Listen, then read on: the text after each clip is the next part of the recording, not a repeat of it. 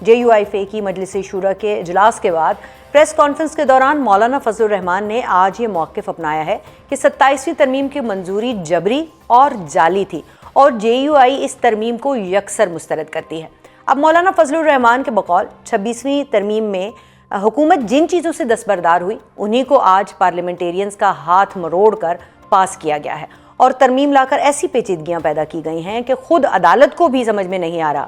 اس سارے معاملے پر گفتگو کرنے کے لیے ہمارے ساتھ موجود ہیں JUI کے سینئر رہنما سینیٹر کامران مرتضیٰ صاحب۔ السلام علیکم سینیٹر صاحب۔ خیریت سے آپ ٹھیک ہیں؟ Welcome to the show. Senator صاحب، ایک تو سب سے پہلے یہ بتائیے گا کہ مسترد کر دیا آج مجلس شورا کے جو اجلاس ہے اس کے بعد یہ جو ترمیم ہے اس کو مجموعی طور پر کچھ دیر نہیں کر دی مسترد کرنے میں، اپنا باضابطہ طور پر ایز اے جماعت رد عمل دینے میں؟ ایسا ہے کہ دوسری جماعتوں میں شاید ون مین شو ہوتا ہے اور وہ ایک شخص کوئی اس کا جو ہے نا وہ کوئی بھی ڈیسیجن لے لیتا ہے۔ آپ کو معلوم ہوگا کہ مولانا صاحب جو ہے وہ بنگلہ دیش کے دورے پہ تھے اور وہ دورہ بہت اہم تھا، انٹرنیشنلی بھی اور ختم نبوت کے حوالے سے بھی، اور وہ کئی مہینے سے پہلے سے بن چکا تھا وہ اس کا شیڈول۔ اب وہ جب تشریف لائے ہیں تو 20 کی شام کو وہ آئے ہوں گے اور 21 اور 22 دو دن تھے، 23 اور 24 کا اجلاس درمیان میں جو ہے نا 2 دن کے اندر انہوں نے اجلاس بلوایا ہے اور اپنا فیصلہ نہیں انہوں نے سنایا بلکہ انہوں نے شورا کو بلوایا ہے اور شورا نے جو کچھ ڈیسائیڈ کیا ہے وہ فیصلہ جو ہے انہوں نے اناؤنس کیا ہے۔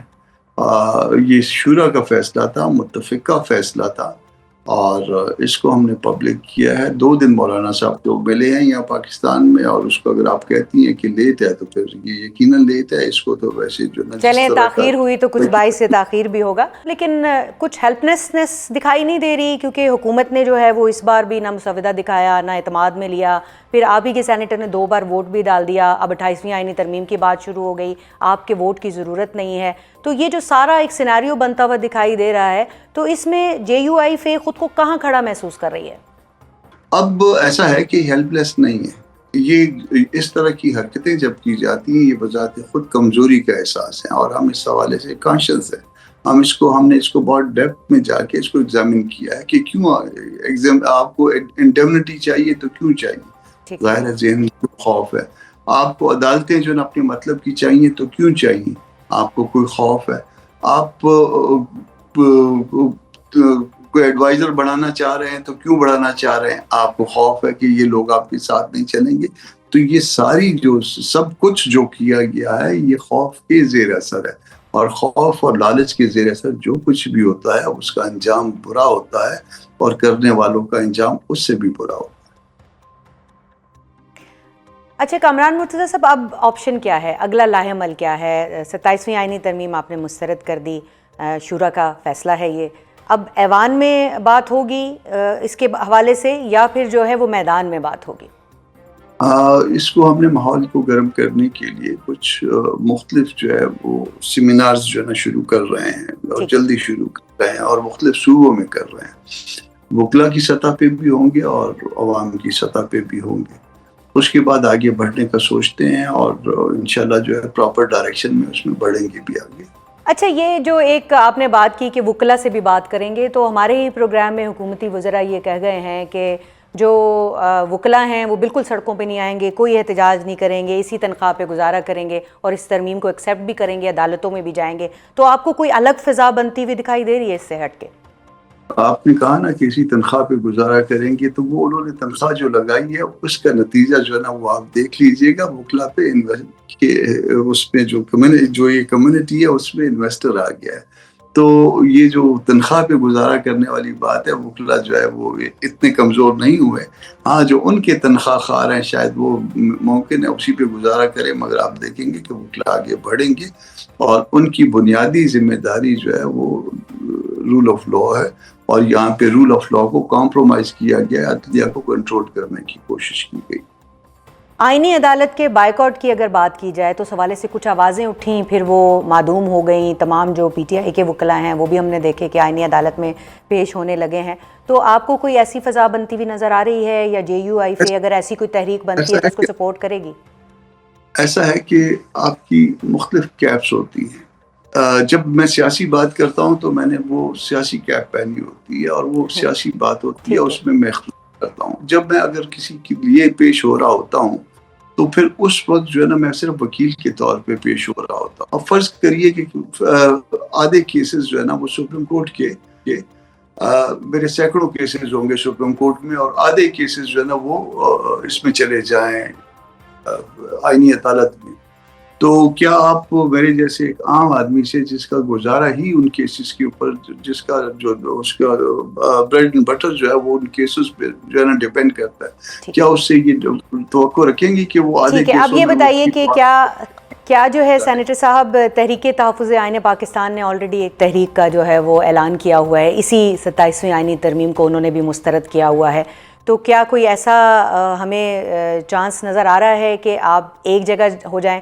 کیونکہ اس سے پہلے تو جب ہم نے آپ سے یہ سوال کیا تھا تو آپ نے کہا تھا کہ اس وقت تک تو ہماری جماعت کا فیصلہ سامنے نہیں آیا ہے. تو اب تو یہ فیصلہ بھی آ گیا کہ آپ نے بھی مسترد کر دیا، انہوں نے بھی کر دیا. تو اب آگے کیا ایک جگہ پہ ایک ساتھ تحریک جو ہے وہ اس کو کوئی ہم ایکسپیکٹیشن رکھ سکتے ہیں اس حوالے سے؟ ہم تحریک تحفظ پاکستان کے لیے دعا وہ اپنے طور پہ جدوجہد کریں. ہم کوشش کریں گے کہ اپنے طور پہ جدوجہد کریں.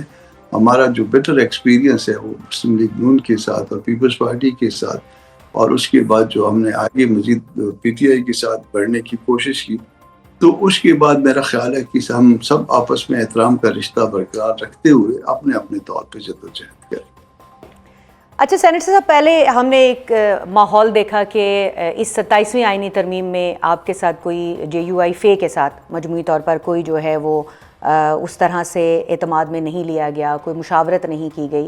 اس کے بعد اب ہم دیکھ رہے ہیں کہ جو ضمنی انتخابات کا نتیجہ آیا ہے اس میں تو ہمیں پاکستان پیپلز پارٹی بھی تھوڑی ارریلیونٹ ہوتی ہوئی دکھائی دے رہی ہے. حکومت کو ان کی بھی ضرورت نہیں ہے. تو حکومت کیا کرنا چاہ رہی ہے؟ ساری جماعتیں جو ہیں وہ ارریلیونٹ ہو رہی ہیں، ان کے پاس اب سادہ اکثریت تو موجود ہے. تو آگے کیا قانون سازی جو ہے وہ اپنے طور پر کر لیں گے یا مشاورت کہیں ہوتی ہوئی دکھائی دے رہی ہے؟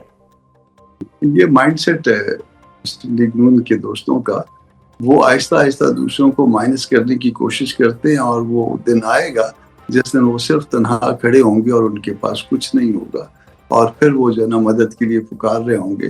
جس طرح سے پہلے ان کو عمران گورنمنٹ میں ان کے پاس کچھ بھی نہیں تھا، اور وہ ایون اپنے لیے جو ہے نا ان کو رستہ نظر نہیں آ رہا تھا. اور پھر وہ وقت یقیناً آئے گا، اور یہ میں آپ کے پروگرام میں کہہ کے جا رہا ہوں.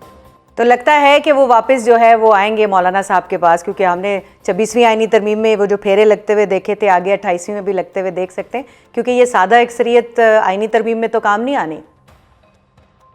دیکھیے سادہ اکثریت ہو یا نہ ہو، جو چیز ملک کے مفاد میں ہوگی ہم ملک کے مفاد میں آگے بڑھیں گے. 26ویں ترمیم میں دیکھیے کہ 56 کلازز تھے. 56 کلازز کو ہم نے گورنمنٹ سائٹ پہ 21 کلازز تک محدود کیا، وہ بھی ڈائلیوٹ کر کے 5 کلازز اپنی شامل کرائیں، ایک انوائرمنٹ کے حوالے سے شامل ہوئی. تو یہ جو کچھ بھی کیا ہم پاکستان کے لیے آگے بڑھے، اور اس کے اوپر آپ دیکھیے کہ اس طرح کا رد عمل نہیں آیا تھا، اس طرح کے استعفے نہیں آئے تھے. یعنی وہ قابل قبول تھی، بہت لوگوں نے اعتراض کیا، مگر اسٹل جو ہے نا دیٹ واز ایکسیپٹڈ. یہاں پہ ایکسیپٹنس کا مسئلہ پیدا ہو گیا، لیجیٹیمیسی کا مسئلہ پیدا ہو گیا. تو یہ لیجیٹیمیسی کا مسئلہ جو ہے یہ نون کو خراب کرے گا.